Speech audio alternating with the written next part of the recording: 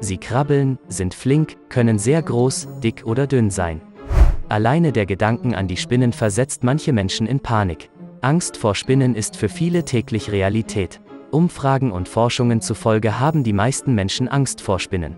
Was die Angst angeht, sollte es bei den meisten Muslimen ebenfalls nicht anders sein. Die Betrachtung einer Spinne seitens Muslime unterscheidet sich allerdings vom Rest der Welt. Vielleicht würde das Wort heilig für die Spinne weit ausgeholt klingen. Unantastbar ist sie für viele Muslime trotzdem. Dahinter steckt eine Geschichte, ein historisches Ereignis, welches in das 7. Jahrhundert nach Christus, zu den Lebzeiten des Gesandten Mohammed zurückzuführen ist. Eine einfache Spinne und ihr Netz änderte nämlich im wahrsten Sinne des Wortes für immer die Weltgeschichte. Wenn diese Spinne nicht wäre, würde der Islam, wie wir es heute kennen, unter Umständen nicht existieren. Zumindest rein theoretisch. Aber zunächst einmal einige Fakten über Spinnen und die große Frage, warum die meisten Menschen sich vor Spinnen fürchten.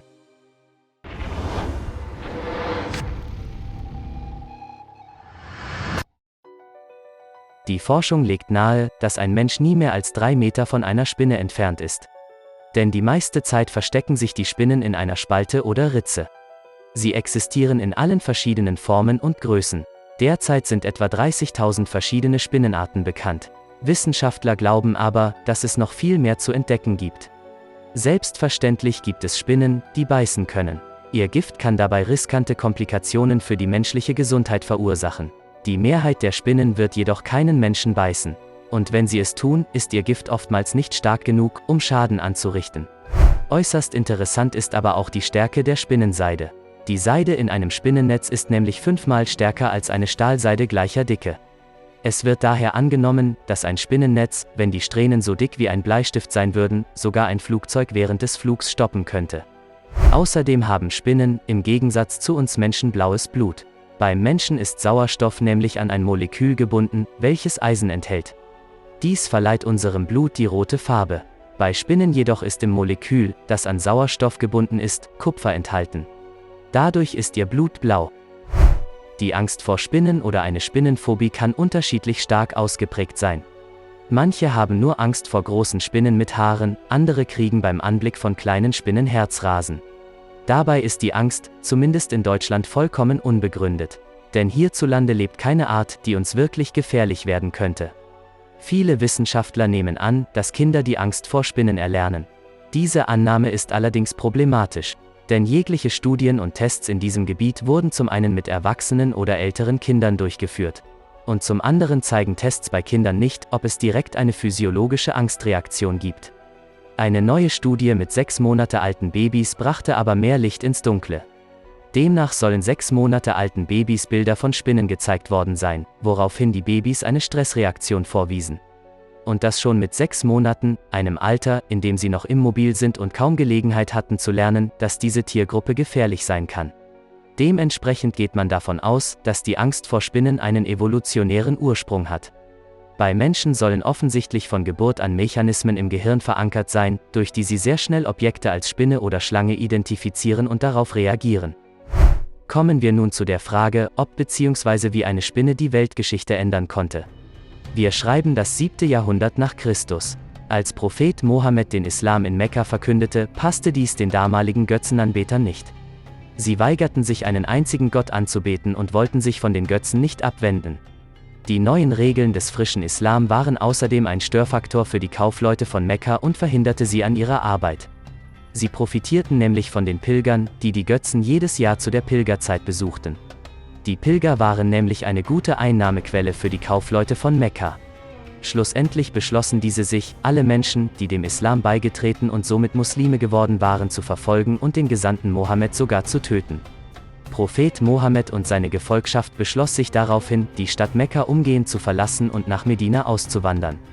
Denn die Menschen in Medina waren positiver gegenüber dem Islam eingestellt. Die meisten waren auch bereits konvertiert. Zuerst zogen die schwachen Muslime nach Medina. Nach und nach verließen sie in kleinen Gruppen die Stadt Mekka. In der Zwischenzeit wollten die Mekkaner einen Attentat an Prophet Mohammed verüben, welches aber vereitelt wurde. Schlussendlich kam die Zeit, als Prophet Mohammed und sein treuer Freund und Gefährte Abu Bakr ebenfalls die Flucht nach Medina antraten. Die Leute in Medina warteten schon sehnsüchtig auf die beiden. Den Götzenanbetern in Mekka gefiel das ganz und gar nicht. Sie wollten um jeden Preis verhindern, dass der Islam sich ausbreitet. So beschlossen sie sich, Mohammed und seinen Gefährten durch die Wüste zu verfolgen, sie vor Medina noch zu erwischen und zu töten. Sie folgten den Spuren und kamen dem Ziel immer näher.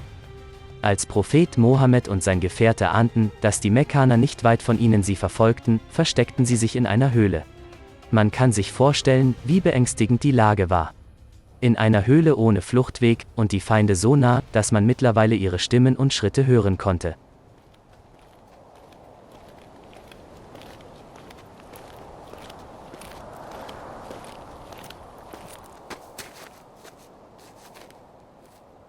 Auf der Suche nach den beiden hielten die Mekkaner unmittelbar vor der Höhle an und wollten nachsehen, ob Mohammed und sein Freund sich in der Höhle versteckt hatten. Als sie sich der Höhle näherten, sahen sie, dass direkt vor dem Höhleneingang ein Taubennest lag, in dem eine Taube furchtlos ihre Eier brütete. Sie dachten sich bereits an diesem Moment zwar, dass Mohammed nicht hier sein kann, weil die Taube sonst weggeflogen wäre, doch der Gedanke, dass Mohammed vielleicht leichtfüßig war und es doch noch in die Höhle geschafft hatte, ließ sie nicht los. Also näherten sie sich weitere paar Schritte in Richtung Höhleneingang. Doch der allmächtige Gott schützte offensichtlich seinen Diener. Denn eine Spinne hatte blitzschnell ihr Netz über den Eingang der Höhle gespannt. So schnell, wie sonst nie eine Spinne ein so großes Netz hätte spannen können. Als die Mekkaner das sahen, gingen sie davon aus, dass Mohammed nicht dort drin sein könnte. Denn das Netz sah schon ziemlich alt aus. Einer der Mekkaner sagte, lasst uns keine Zeit verschwenden und weiter suchen. Sie waren davon überzeugt, dass niemand in der Höhle war und verschwanden.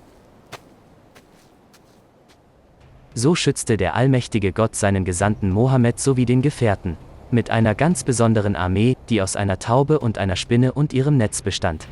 So kam es, dass eine ganz kleine Spinne eine so große Rolle in der Weltgeschichte sowie in der islamischen Geschichte spielte.